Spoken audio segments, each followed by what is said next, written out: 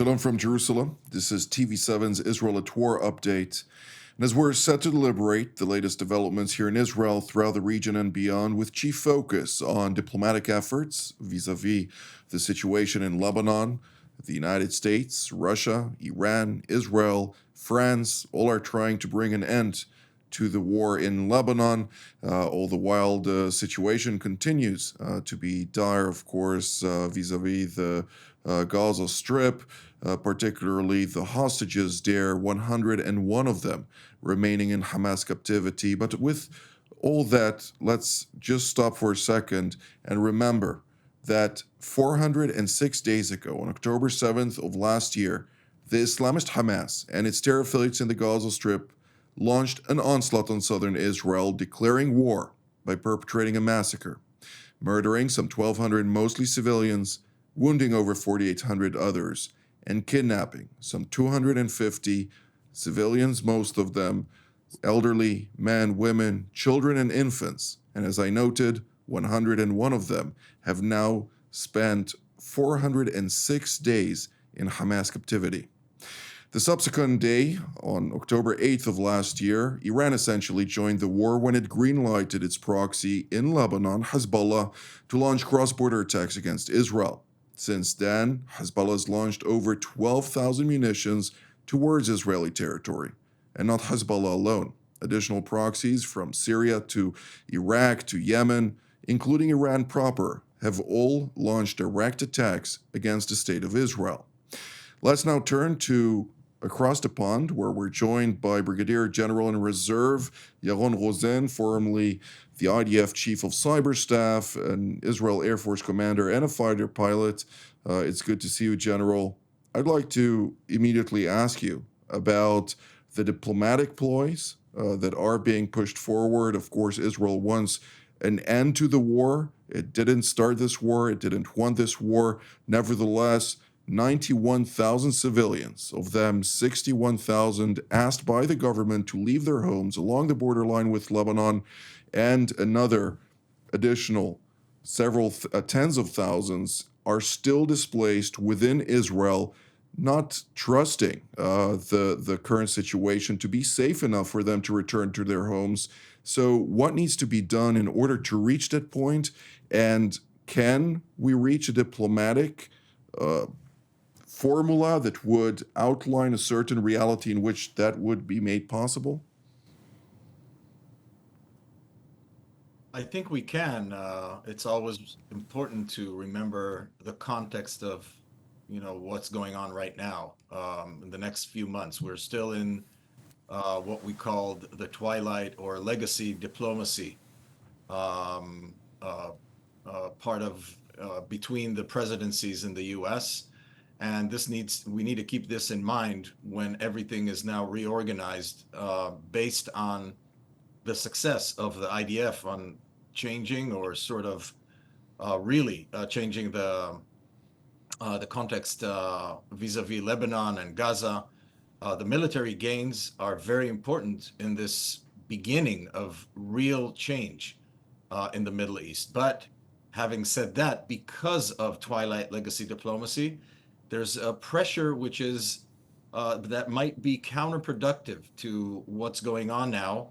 And Israel needs to make sure that any agreement that is built, that restructures how Lebanon works in the next, hopefully, years and decades to come, serves Israel's posture, defense, and also builds the necessary deterrence vis-a-vis the whole Middle East, and of course against the Iranian-led Middle East quagmire.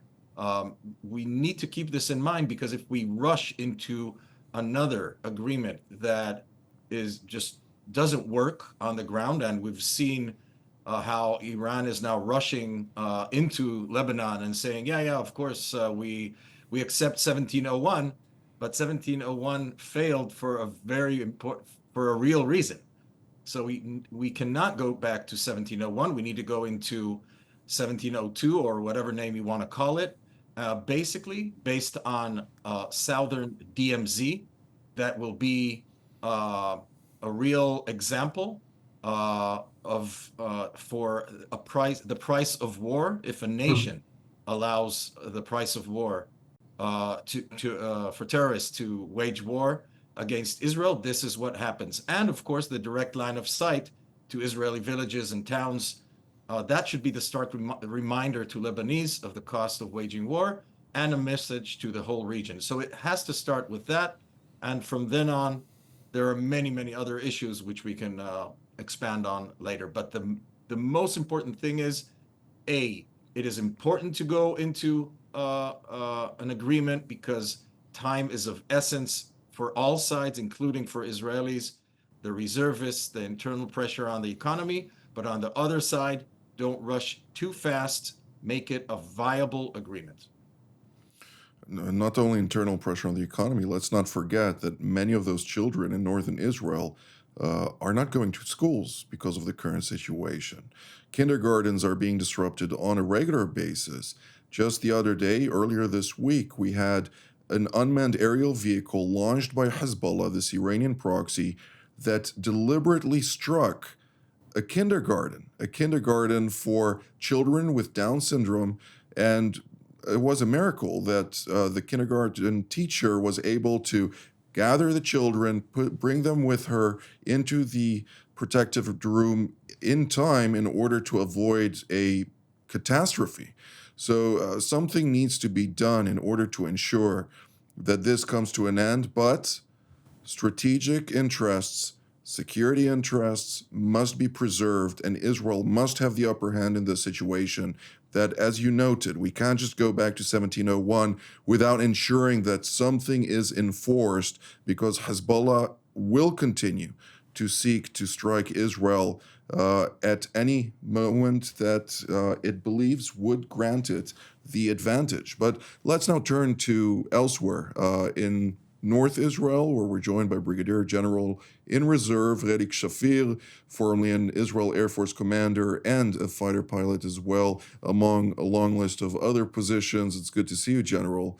At the start of the war, when the Israeli Air Force started mowing the various terror infrastructure that Hezbollah had been building in Lebanon for years, you noted that the Air Force can degrade Hezbollah to a point of no return. Is this something that we are inching towards, or where are we in this process, since we're seeing an increase, an intensification of aerial sorties against Hezbollah targets, not only in Lebanon, but also in Syria? I doubt very much whether there's really a point of no return, but the degrading to the point where they are not acting with any strategic effect, and they're being pressed by the Lebanese majority, which are Sunnis and Christians, and they have a leverage over Hezbollah because their strength was degraded, is a good point that may last for a long time. So the pressure applied at this time, which includes more and more targeting of Hezbollah and Iranian personnel and munition depots in Syria, on the Syrian-Lebanese border, and in Baalbek, which is the Shia stronghold, as well as in Beirut itself. If one notices some of the targets through yesterday, we're very close to the airport in Beirut, so that the pressure is mounting. The number of Hezbollah leaders is diminishing, and the pressure is such that even Iran, so it seems, is hasting to reach the 1701 before Trump goes into his term, as they don't know that it's not that they know what will happen. There's a big void of what may happen in January, so everybody's vying for position, and it seems that they're in a hurry to get to 1701. They will have to contend with the fact that part of this is Israel's free hand at enforcing 1701, meaning that if if Hezbollah crosses the Litani River or the agreed zone, Israel will have a free hand at attacking them either from the air or from the ground. So this is we're in vital weeks leading up to the agreement itself. It'll take time, and both sides, according to Kissinger's legacy, are firing all they have in order to come with their hand, a strong hand, to the table. Which is, of course, the major point of contention, Israel's freedom of operations to enforce any outline or any arrangement that may culminate with Hezbollah, of course, rejecting this outright and saying that it will not abide by any fringes or any arrangements that may go beyond the scope of 1701. But let's turn now to Central Israel, where we're joined by Brigadier General in Reserve Doron Gavish, the commander of the Israeli Air Force Task Force for Air and Missile Defense. It's good to see you, General. And with that, I also would like to take this opportunity to wish you a happy birthday with a big number. I'm not going to say the number. You can say if you like, but we do deeply appreciate you, and you know that you have many fans here on the show. But diving deep into the last 24 hours, the last week, if I may, many of the projectiles launched from Lebanese territory towards Israel came from areas where the IDF already entered into those villages and then subsequently pulled out with, unfortunately, large salvos of munitions, be they unmanned aerial vehicles, as well as rockets and different types of rockets that were utilized. What needs to be done in order to confront those challenges? Is the current scope of the ground maneuver, which is defined as limited within the constraints imposed on Israel by the Biden administration, not enough in order to reach a certain reality on the ground in the immediate vicinity of the border with Israel to frustrate Hezbollah's capabilities of launching additional attacks? Well, Jonathan, first of all, thank you very much. It is always, you want to be among friends when you're celebrating your birthday. So I feel among friends and also our viewers. So thank you very much for that. Going back to our issue, I think that it is really important to highlight that the war is still there. Although there are talks about what would be the next step, and there are talks about maybe all kind of agreements, the war is still there. We see it also in the Gaza Strip, mainly in the area of Jabalia, but there is a fight here and there, very rarely, but we still see some rockets that are being shot from those areas toward Israel, and same for in the north. We see some rockets, as you said, but you know what? Maybe it is important also to highlight that in the last few weeks, we see more and more UAVs that are being shot toward Israel, and the number is even growing in the last few weeks, and not only from Lebanon. We see some of them that are being shot from Syria, from Iraq, and even from Yemen. We have to remember that this week there were two ballistic missiles two ballistic missiles that were shot toward Israel that were intercepted from Yemen. So we are there in the war. With regard to your question, I think that still, although some of it are being shot from areas that we are in, there is never 100%, although you are in some area in control. But most of them are being shot toward Israel from areas which are far away from the first or second line of villages, as we call it. So the challenge is still there, although the Hezbollah is being strongly hit. By the way, also on this, we have to say that the Israeli Air Force is striking Hezbollah targets in Beirut very strongly, continuously degrading the Hezbollah's capabilities.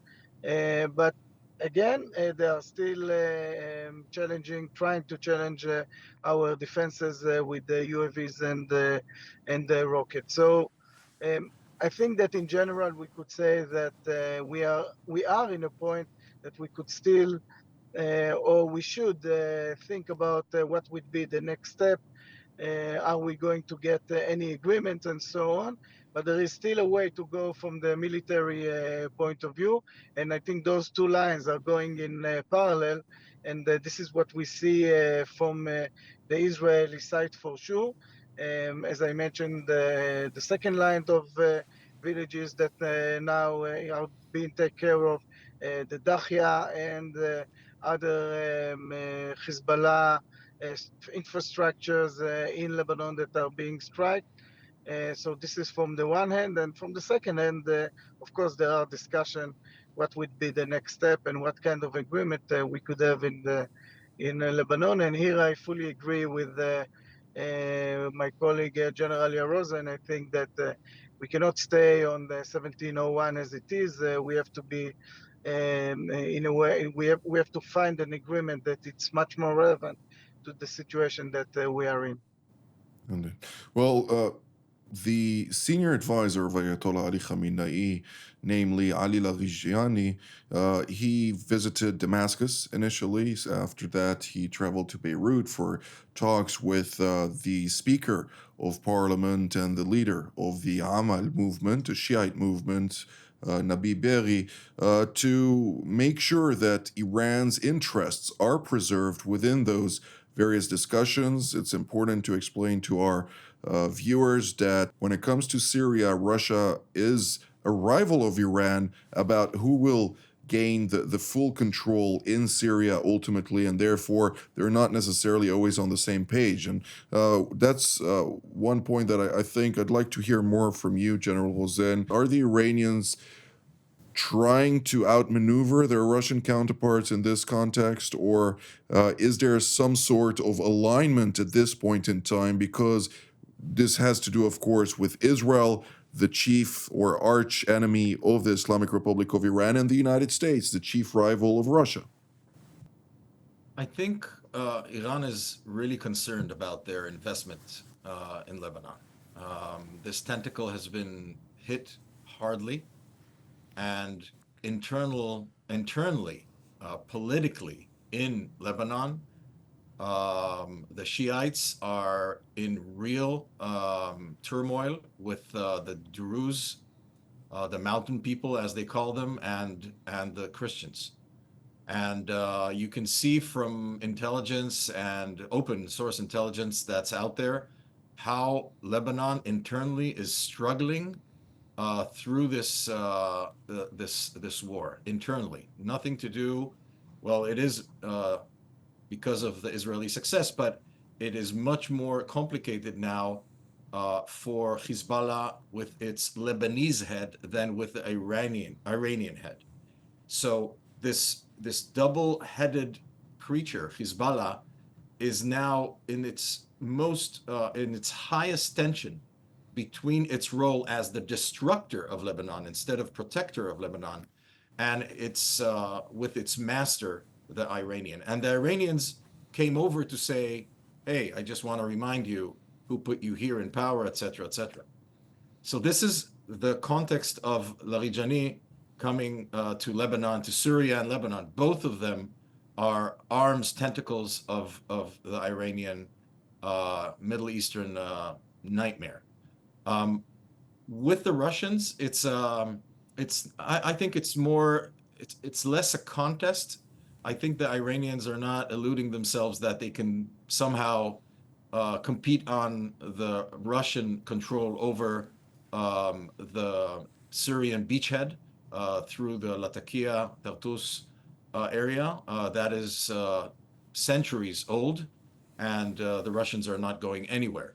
What's important here is that everything that happens now with the restructuring of Lebanon, both internally, politically, and vis-a-vis Israel, through the agreement that will come sometime, hopefully, will sort of level and counter the Russian presence in the region with strong U.S. involvement in Lebanon as well, to show and to counter Russia on the northern side and Iran's influence from the east.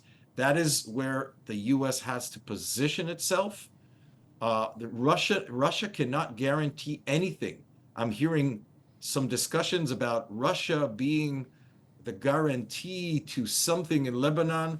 That is a huge mistake on a part of the U.S. to allow that. Absolutely. And it will really do bad for the war in Ukraine, because the Russians want to be involved and sort of give something, because they want Russian companies that are operating in Syria to get off the embargo list. There are so many interests here, and we need to not, we really don't want to make mistakes here and let the Russians get into any kind of influence in Lebanon.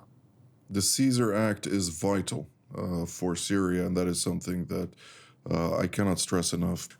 General Relik Shafir, I'd like to ask you, there are reports that were made public by a journalist, Israeli journalist for that matter, Barak Ravid, on the latest Israeli strike on October 26th against Iran, in which apparently the Palchin nuclear facility, or a specific military site next to the nuclear facilities there, was targeted, in which a secret nuclear testing was being conducted, research specifically, something that the Iranians apparently tried to suppress, not to fall victim to its own claims of not pursuing nuclear weapon capabilities.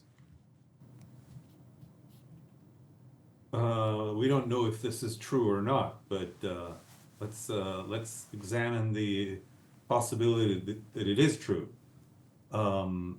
As we, I guess, understand, all of us, Israel cannot destroy the Iranian nuclear project as it is. It's distributed into over 30 sites, and most of it is under a deep cover of rock and cement. So it would take a strategic force such as the U.S. Air Force in order to deliver the kind of munition that can take apart the system the way it is constructed now. But an area that takes that actually empowers the ability to run tests would stop the Iranian mission of completing a delivered warhead through rockets.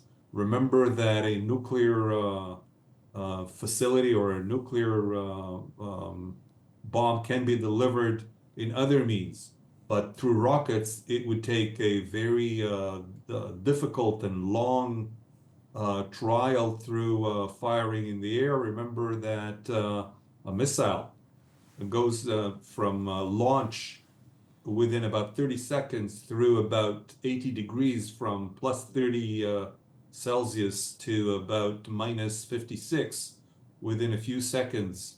And the whole contraption within the missile has to withstand high pressure G and changes in temperature, and that takes a lot of testing.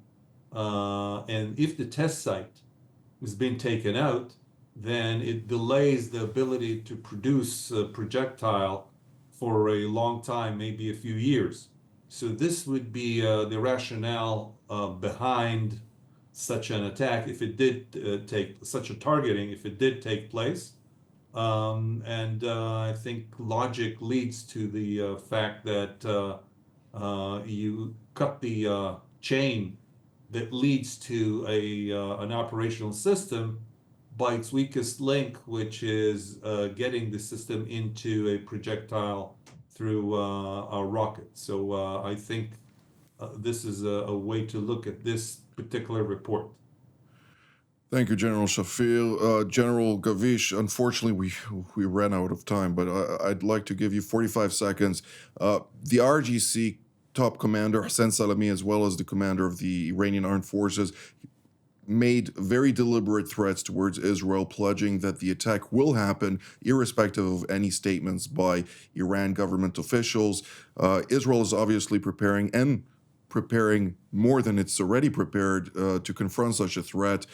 What should we keep in mind? We receive a lot of questions about this from our viewers. Are we preparing to confront such a threat in the days ahead? Well, first of all, thank you to my two colleagues for my birthday present, the 54 seconds. The other thing is that, yes, the answer is yes, Jonathan. We are fully prepared to it, not only on the defense, also in the offense. And Israel stated that if Iran will strike against or attack against Israel, the next strike would be even more painful. And this is on the offensive line. On the defensive line, Israel is fully prepared to it. We have to remember that more assets came into the region recently, US assets. We're talking about the THAAD battery. We're talking about more ships that are also enhancing the ballistic missile defense in this region. So I think that we could say that we are fully prepared. They failed in the last 2 times. They will fail again.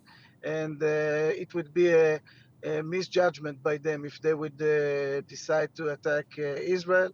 But this is for them to make the decisions. We are ready in the offense and in the defense. Absolutely. Thank you very much, General Gavish. Again, happy birthday, General Shafir and General Rosen. Thank you. And I'd like to immediately also thank all of you at home as well, and with wishes from here in Jerusalem. Shabbat Shalom.